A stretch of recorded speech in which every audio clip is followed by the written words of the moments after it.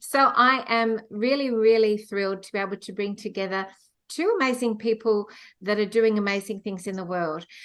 So I'd like to introduce the wonderful Kieran Weston. And Kieran is someone who has been involved in the corporate world previously, but now he's changed 180 degrees and he's working with building a legacy for people in terms of heirloom seeds and produce that is pure and unadulterated. And he's building nurseries where he can create this for future generations. And we're going to talk more about this. He's interested in innovation and he's been really progressive with his ideas and what he's been doing in Australia.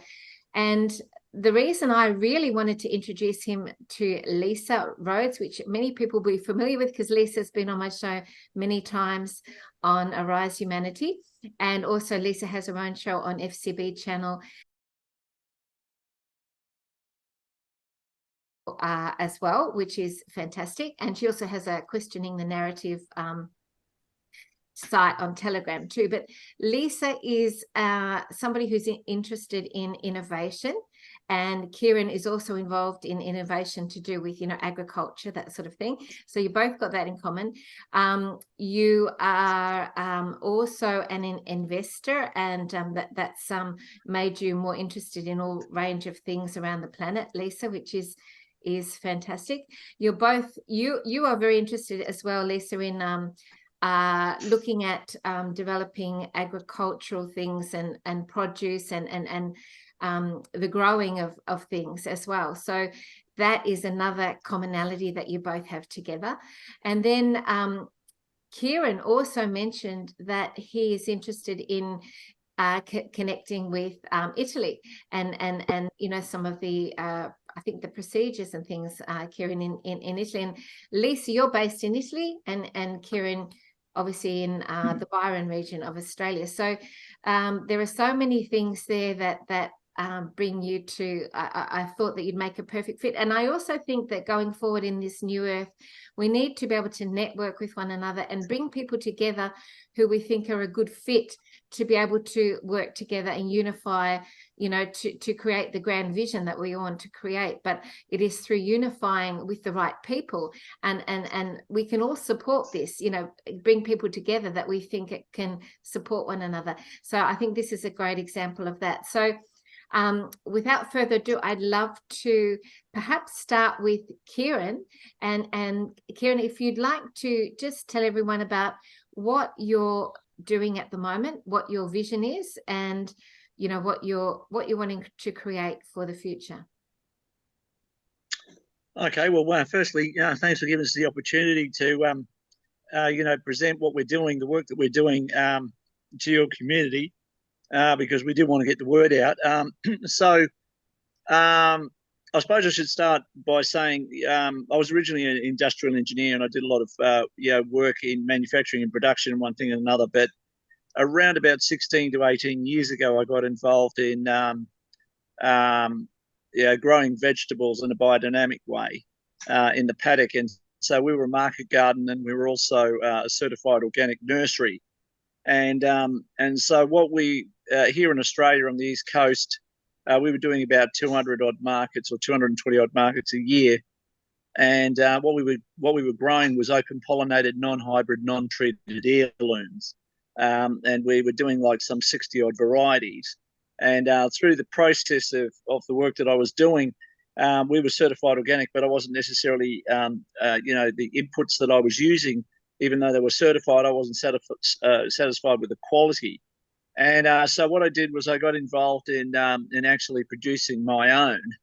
And as a consequence of that work that I did, we were able to develop these effective microorganisms or living bacterias, and also some water purification technologies. And the idea of those technologies is that when they're put out on the land, be it the effective microorganisms, they proliferate friendly bacteria, etc.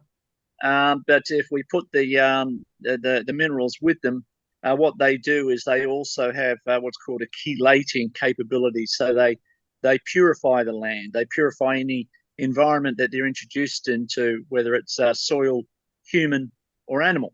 So they soak up toxins. Is that what they do? They sort of like soak up the toxins? Yeah, they do actually. The minerals themselves carry a charge, and so they're negatively charged, and so your contaminants are positively charged, and so what they'll do is attract themselves to them. But unlike a lot of other solutions that are out there, they won't demineralize that environment. What they do is they actually remineralize that environment. So you're cleaning the blood of an animal or a human, or you're cleaning the soil. And then what happens is, like, there is a symbiotic relationship between human health and agriculture, in that the bacteria of the gut are a match for more or less what's happening in the soil as well. And that's what I realized with the work that I was doing, and one thing and another. So back in around about, it must be 16 odd years ago, I was doing some pioneering work in terms of growing. Yeah. So what I did was, around about 16 years ago, I was doing some work where we were growing organic vegetables in woodchip, but on a commercial scale. When I was, so what I was doing was I was using these effective microorganisms and so on for that work. And I had the opportunity to watch a documentary about an organization called Mondragon, which is based in the Basque country of Spain. It started about 70 odd years ago. And anyway, that cooperative grew over the last 70 odd years. And today it's the largest, it's the seventh largest exporter in Spain, and it's all owned by the people.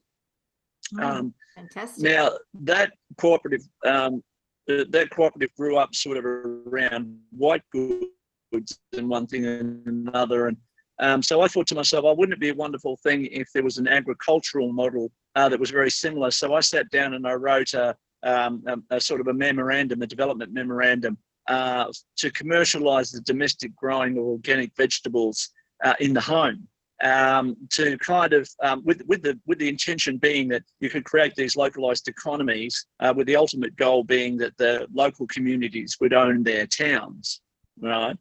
And anyway, to cut a long story short, that particular concept, I got busy running my farms and bringing up a family and one thing and another, and so it sort of lay in the dust. But in 2019.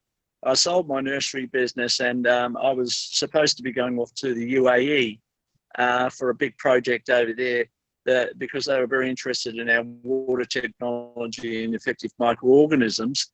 And I was also supposed to be spending some time in Brazil because they were looking to use our microbes to convert human waste into usable compost.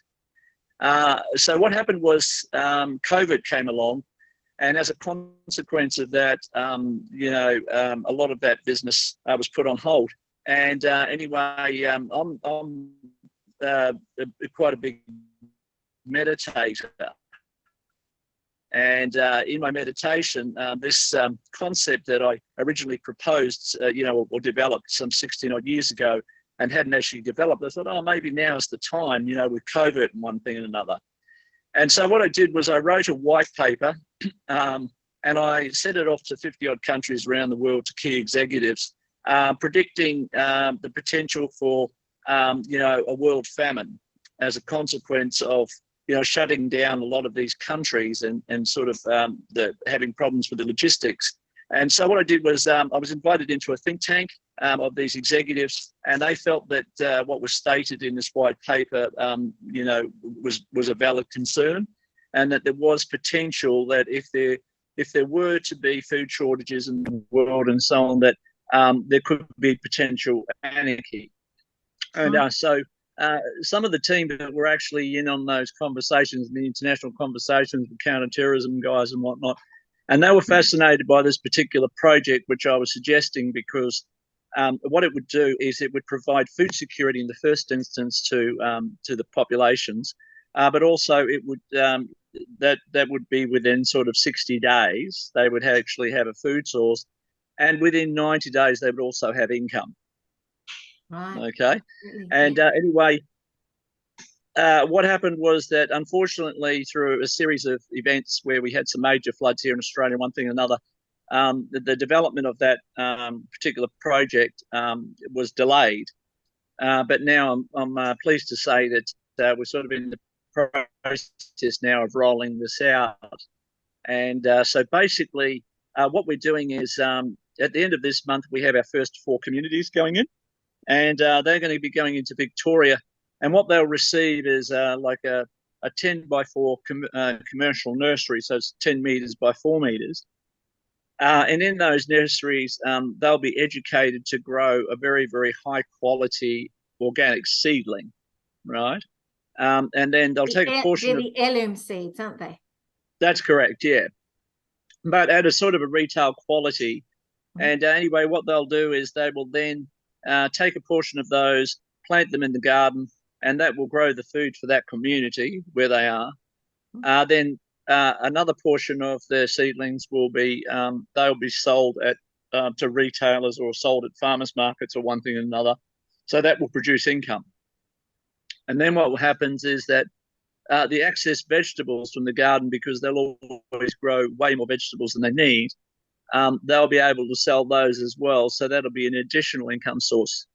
And then what we're looking to do is to each of the communities provide them with our other technologies like the effective microorganisms, the water purification minerals, and some other projects that I'm working on right now, which is related to vegan fertilizers, right?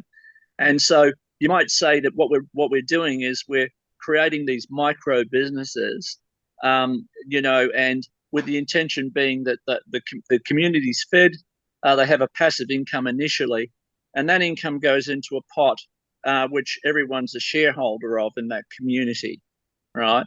And the idea being, because this is a legacy project, it's one that will not be completed in my lifetime, but the intention is that the pot will grow. Potentially in the future, they'll have their own little community bank, and so initially we call the project the UAC, which is the Urban Agricultural Cooperative.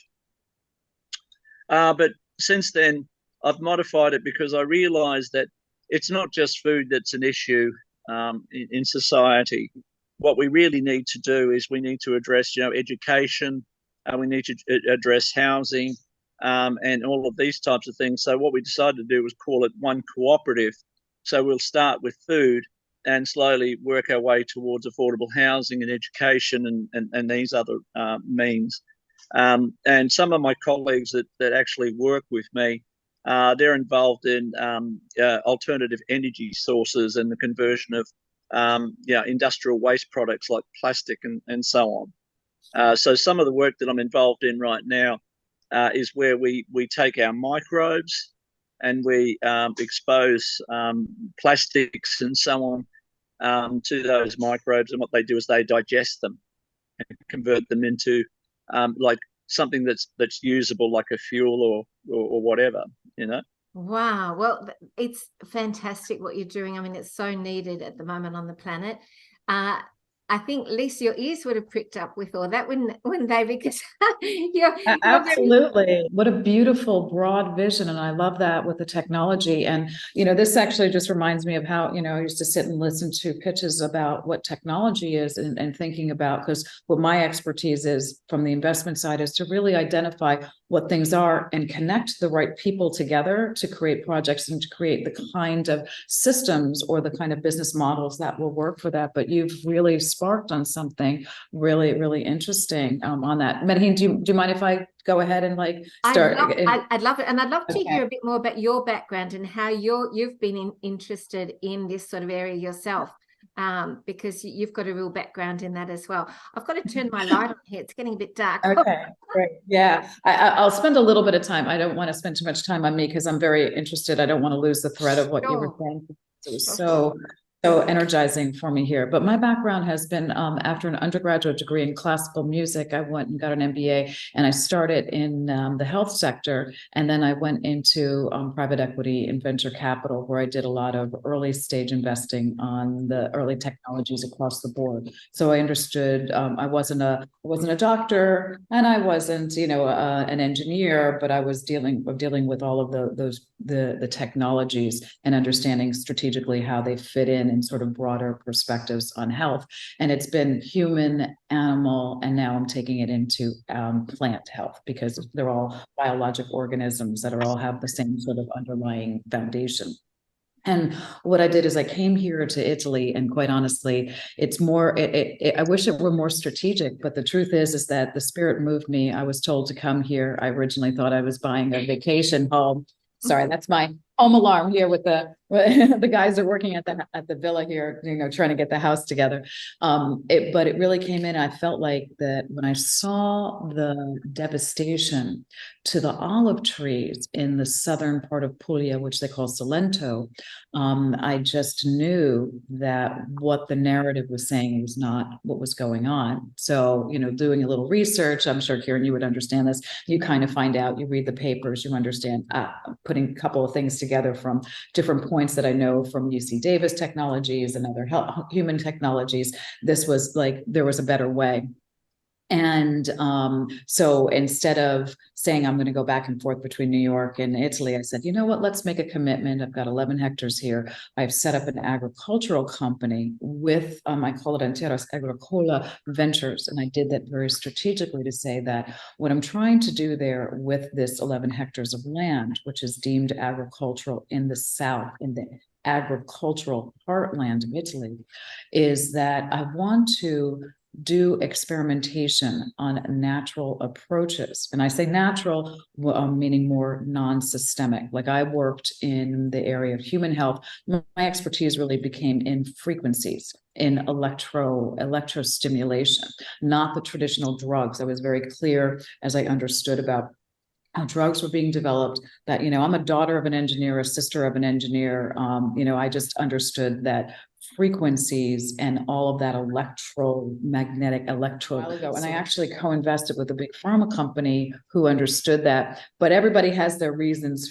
for doing things, but we never were able to make it so mainstream. It's approved by the EMEA, it's approved by the FDA. There are other modalities that are with electro frequencies that are still approved, but they're still not as mainstream yet. So I wanted to take those things to this region and test them. And much like with you, Kieran, you were saying you wrote a white paper on it. That was the advice I had from friends who were with the university down here, because there's a lot of expertise in this region, and obviously a lot of agronomists who, I have to say that the agronomists are paid by government, so obviously we know what their mandates are. I said to myself, I wanted to test various types of modalities. So Kieran, this is great. I can just see that. I would love to test that. And I actually have a couple of ways that we can connect. And I'll talk about that after I finish this intro. I want to test different modalities to see how they work. Because one of the things you see is that depending upon the status of the soil, the type of minerality, the terroir, as the viniculturist would say, and the weather patterns, you have different issues and how much exposure you have to various toxicities. But instead of writing a white paper where I'm saying, government, your narrative is wrong, where let's face it, the majority of people in government are less technical than I am, and I'm not as technical as this wonderful gentleman here, is that they won't understand when they're blinded by the science. And what I wanted to do is to say, instead of to write it down and then to ask you to believe me, I want to go into a process of show you.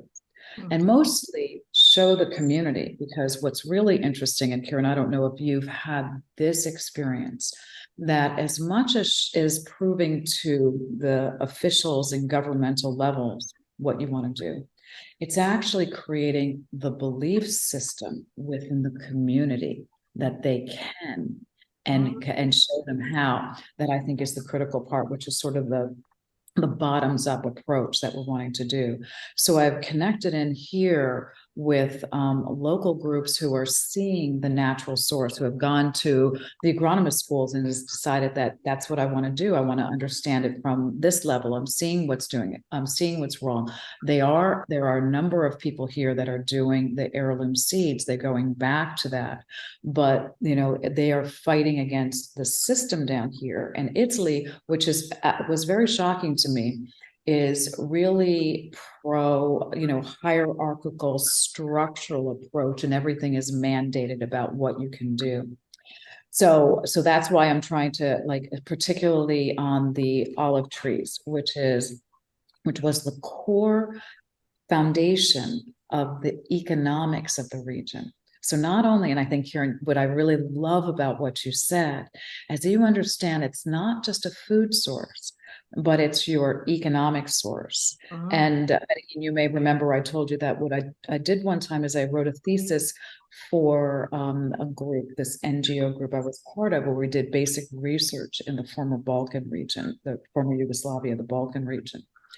And in there, the core thesis was that that in order for a civil society to exist, you have to have a stable economy. Now, I know that doesn't sound like a big idea, but it really was, as you talk to these emerging nations down there, where they didn't understand that the foundation of starting a business, that small business construction, is truly the foundation of creation of a civil society, so people have the ability to have economic stability without the governmental handouts, which I think is really, really critical. So my background is really about looking over a broad range of technologies, things that I've seen from human to animal to plant, and seeing where they apply. What I'm doing right now in the region, the first thing I'm doing is in electroculture, but also going into many of the concepts that you were talking about, Kieran, where the first thing is test the soil and the water to determine whether that is at a foundational level that you can do the work. Because a lot of people have gone in and said, this is where you're blinded by the science. It's like someone did it and it didn't work. Therefore, it doesn't, electroculture is wrong. And it's like, no, you have to take a step back and say, at what level of toxicity was the soil? How dead is this soil? Or how is the water supply? What's the minerality on it? What, the monocrops that they've been doing on here for ages, what has that done to it? And in this region in particular, it's let's just say it was a very good market for Monsanto. Okay. And they continue to be a good market. Isn't that nicely said? Yeah, very diplomatic. Sorry, I'm learning my diplomatic skills here. No, Can I just ask a question too? So basically what you're saying, in Italy, what they've done is they've had these old ways of doing things that tend to be continued, and they're not as good at looking at progressive new models and bringing them in. Is that what you're saying? Yeah, so I want to say it in a slightly different way. When I say old, actually, we're going back to the old. Right. They did that are and I think this is a really important distinction, because when you were able to live off the land, you didn't have to buy a seed, and you didn't have to buy a fertilizer, and you certainly didn't need to have, the government tell you how to do it. So that is this, I don't even know what we want to call that, this stage of supposed technological innovation that we've gotten away from. So so Italy is highly controlled. But I want to go to, Kieran, what you were saying, which was really fascinating to me, is that on the seed side, we really have to get back to the organic, the original seed construct. Now, I've done some work in evaluating what are some of the approaches here. But then I've also had a long-term investment in a company through something that was a long time ago with a partner, that was a non-genetic modification of seed evolution. So instead of, it's a rapid genetic ascension. I think that we've used terms, and I've completely been guilty of this, of saying that genetic modification is wrong 100% of the time. I'm redefining my construct of that definition. Genetic modification does what it's intended to do.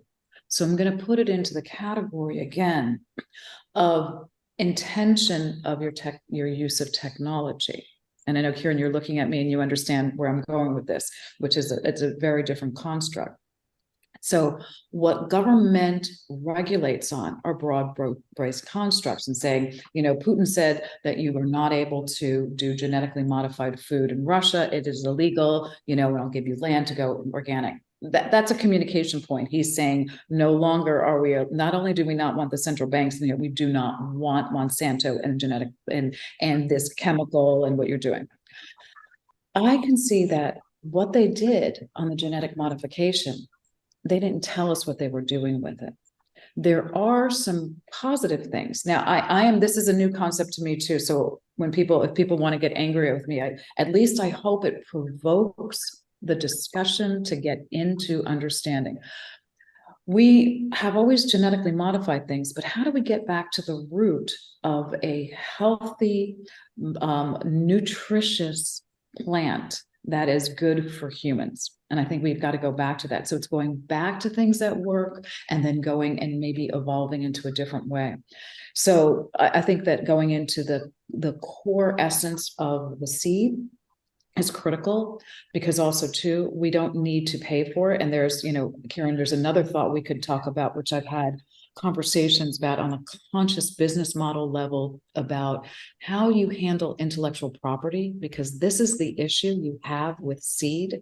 And that, as an investor, that's always been, it's a yin and a yang, but you've got the seed part of it. But I think the two constructs that you talked about that are really critical are how you return the soil back to the way she's productive, and make her productive again, and essentially detox her, like we as humans need to be detoxed.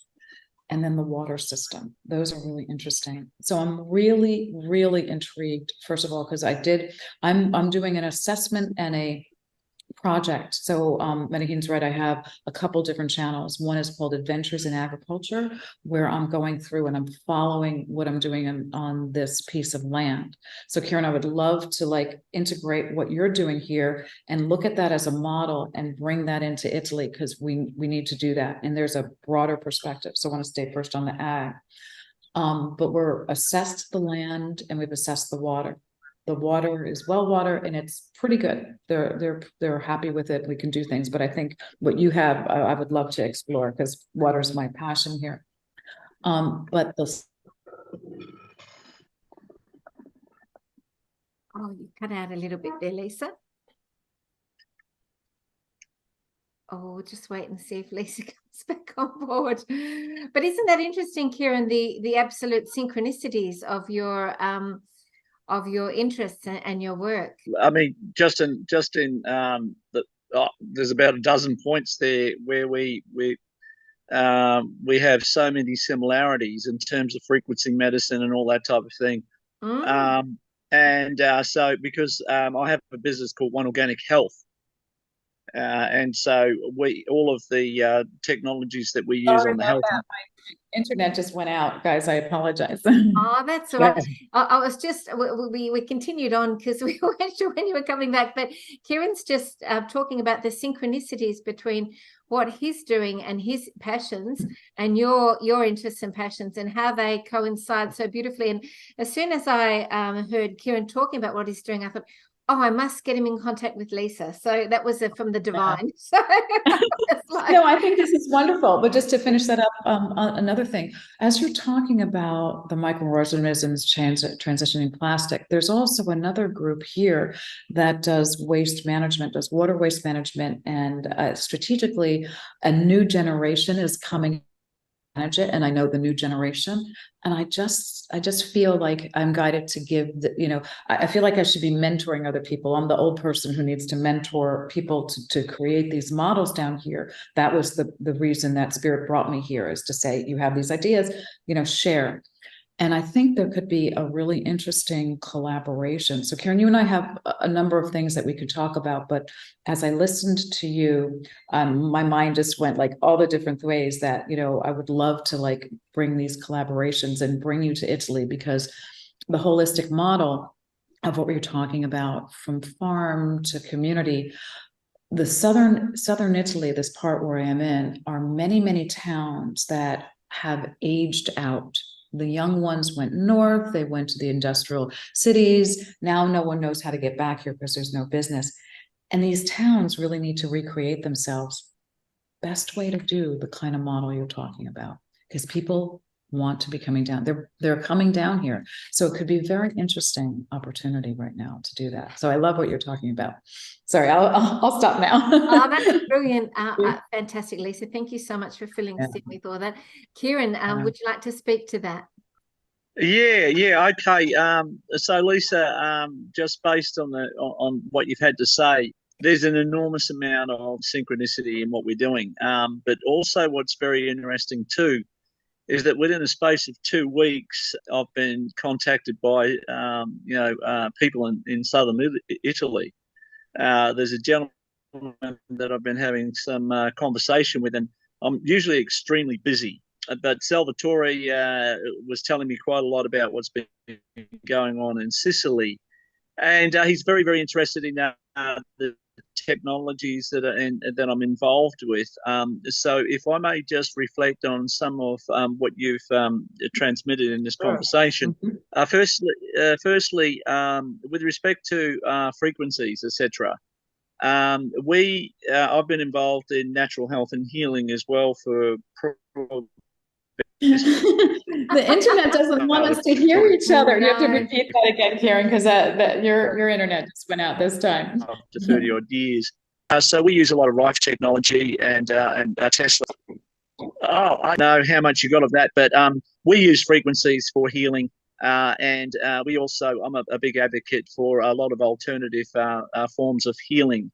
And a big part of what I'm proposing for the future is, more home-based clinics.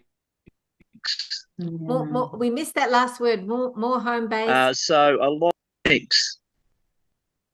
Home-based clinics. That's really interesting. Yeah. Yeah, and so what's happening is, you see, when I got involved in the agricultural side of things, as was mentioned previously, I was quite big in the corporate side of things. I was, setting up manufacturing operations in Asia and one thing and another. But when I got involved in agriculture, I really found myself. It's very hard to explain, but I sort of feel what resonated with me, Lisa, and what you said earlier. I often say this as a bit of a mantra, that I sort of feel that we need to go back to the future. So the type of farming.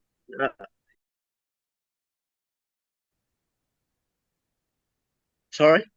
There's some images of you on your website. Oh, so right. Okay. Yeah. It's a bit hard to talk because the internet's cutting out. But I just wanted to share that as you're talking, because it shows your, passion and enthusiasm for everything with those photos. And then people can see the website onecooperative.com.au as you're talking. But go ahead. Sorry there, Kieran. Oh, thanks. Yeah. Well, actually, that little introduction, or that little sort of break there with regards to some of those photographs were taken of me when I was in the Solomon Islands working with Indigenous communities.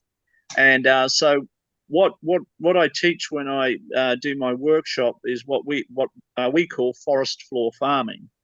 And so what forest floor farming is, often when people come to the workshops, they say, well, what is this? Is it organic farming? Is it biodynamics? Is it permaculture or whatever? I say, well, actually, it's none of those things, and it's all of those things.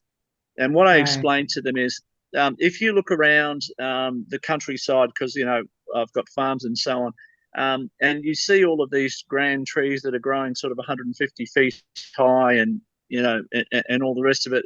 Nothing or no one is looking after them, and yet they're growing. And so what I feel is that your greatest teacher. Yeah, so what I actually feel is your greatest teacher is actually nature. And so what I did was I stepped back from everything, and I went into a state of observation of nature. And then so basically what I teach um, is to try and replicate what happens naturally in nature. And Yeah. so as Lisa was saying, um, and I often say when I have my workshops and so on, the symbiotic relationship between human health and soil health is complete. Highly correlated. In that, you want to have healthy soil, then the pH. If you want a healthy human, you have to have 70% of the good bacteria to 30% of the bad ones. Well, exactly the same applies to the soil. And the other thing is, I must say too, that most people's, or a lot of people's health issues is a gut bacteria that's been sort of denuded, and they haven't got the gut bacteria, and that is the basis or the foundation of, you know, health basically in the human body. So that's a really important point, that so many people are missing that good bacteria now in their guts. Exactly. Yeah, and so what happens is that the first thing is what society is suffering from, whether it's on the medical side, the agricultural side, or whatever, is industrial poisoning, be it sort of, pharmaceuticals or, pesticides, herbicides, or hormones. Chemicals, it's correct. Chemical reaction, yeah, because there's a distinction with the chemicals and the biologics, which are even a step above, which are really challenging. Yeah. So what we do, if it's on the agricultural side, the first thing that we do is we go in there and decontaminate that environment. Once we actually know what's going on, full of contamination. Some of them are salinity issues, where there's just too much salt in the lands. Others relate to mainstream agriculture.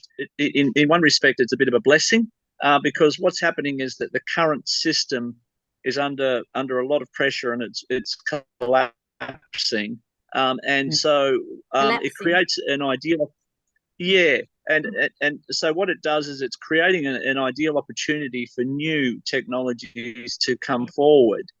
And so what we do is, these chelating minerals, as I mentioned, they are very, very, they're extraordinary.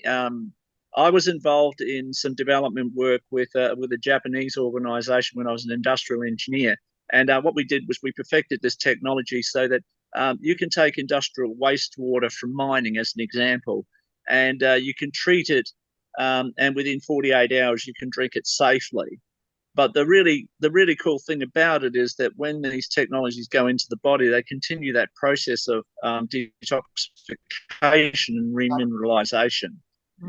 Okay. And the mineral stuff that you're talking about, Kieran, is really important, because our bodies are actually starved of these trace minerals that have been really critical for us. And I think what you're saying here is really, really critical, because it's a holistic approach from soil to living organism, because it's not just the human, it's also the animals, because our animals are suffering the same way. And it's interesting timing too, because my son just had a blood test done with a homeopath, and she said he was highly deficient in vitamin D and iron. So there is this thing now that we're becoming more and more deficient in the things that we need due to the denuded soils and the foods. Well, I mean, it's very clear vitamin D has been one of the reasons why we've had such illness, which is where the COVID came. A lot of these things were highly correlated with this lack of minerals. But could I just go, just one other thing, because you've sparked so many ideas, Kieran, I didn't want to forget this on this. When we talked about frequencies, there's the frequencies of doing things, like you were talking about the Rife machines and the health kinds of things. But I think a thought to add potentially into your community concept is a program about frequencies that is on the community level. So, you're saying you want to bring a Rife machine into someone's house. What about, though, going back to the future where, in the Italian communities, which is a great example, where you are using the church bells, which were a health frequency, to the community originally, recharging them to the appropriate frequency that had to, because right now I'm seeing a lot of church bells.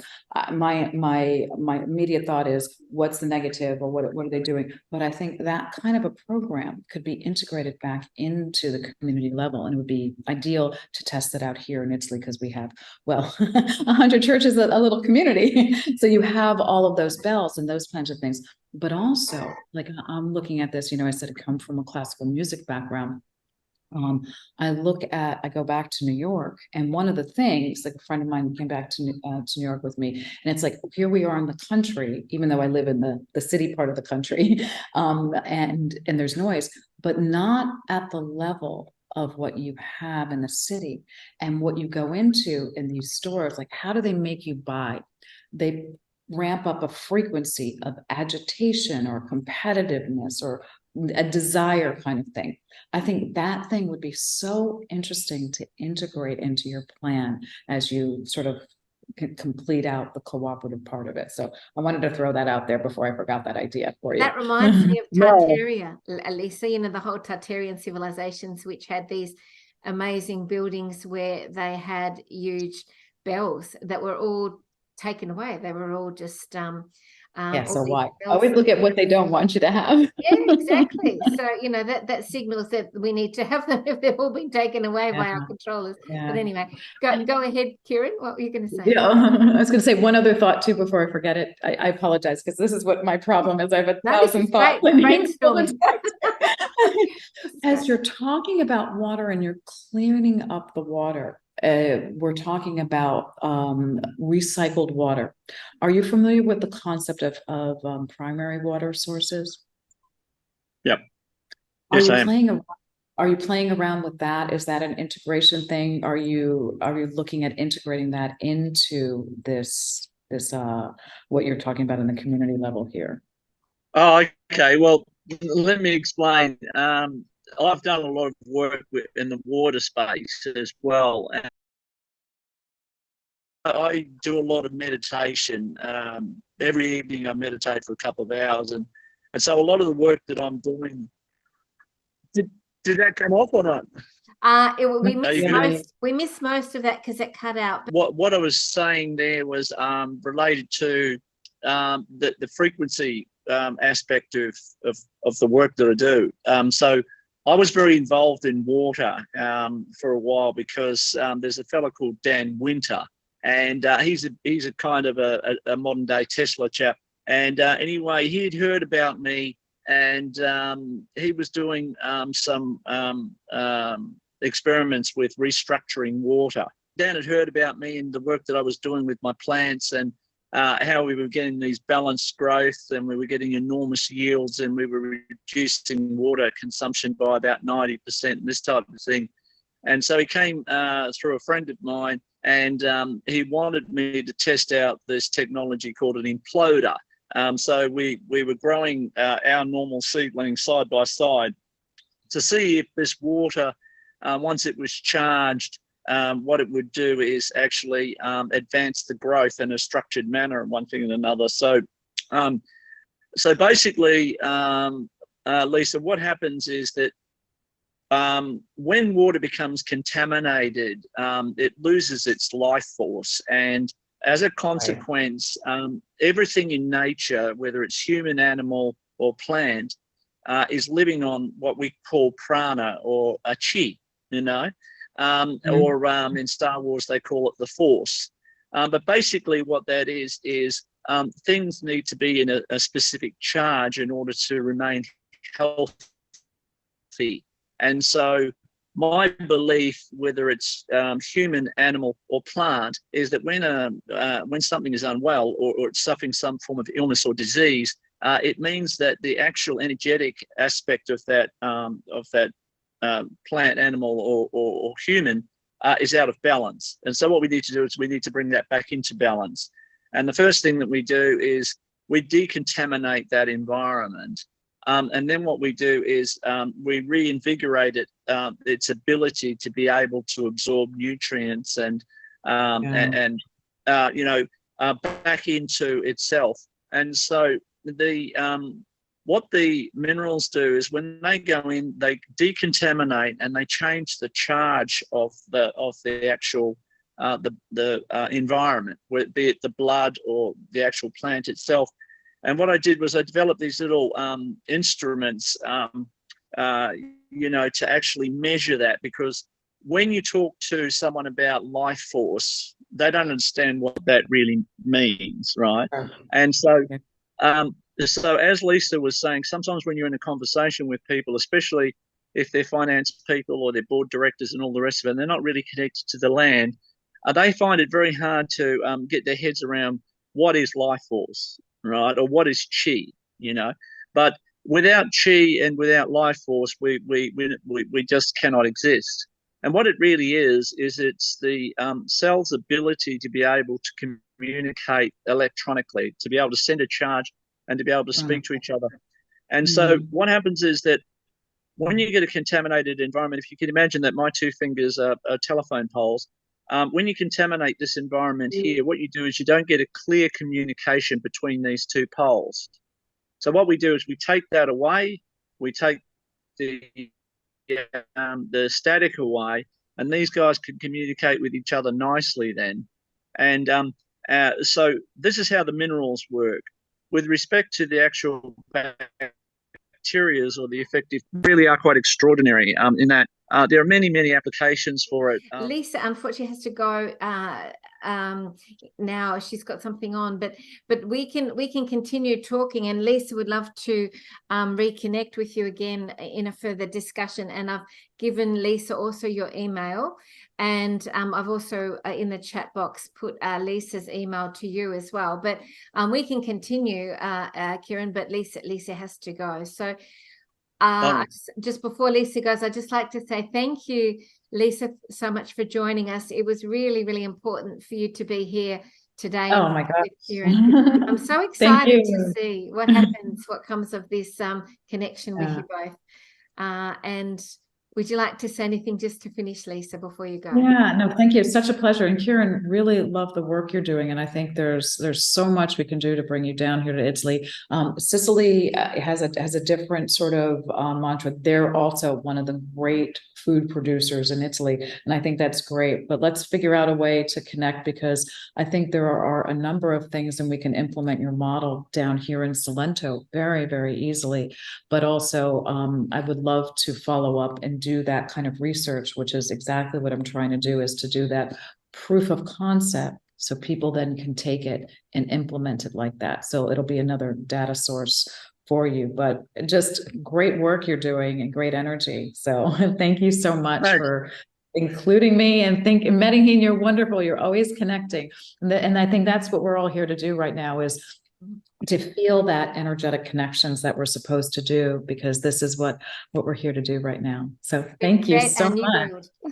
Yeah, yes. Kieran, thank you. Okay, ciao everybody. Thank ciao, you, ciao. Lisa. Lovely to have you. Thank you. Bye. So Kieran, yes, well, I didn't want to interrupt, but please go ahead with your points of what you'd like to continue sharing with everyone. Yes. So basically, what I was explaining is that first of all, we bring back the chi, if you like, by decontaminating that environment. And then what we do is we introduce the effective microorganisms and bacteria into that environment. And when they proliferate, what happens is the way the effective microorganisms work, it's a little bit like, for instance,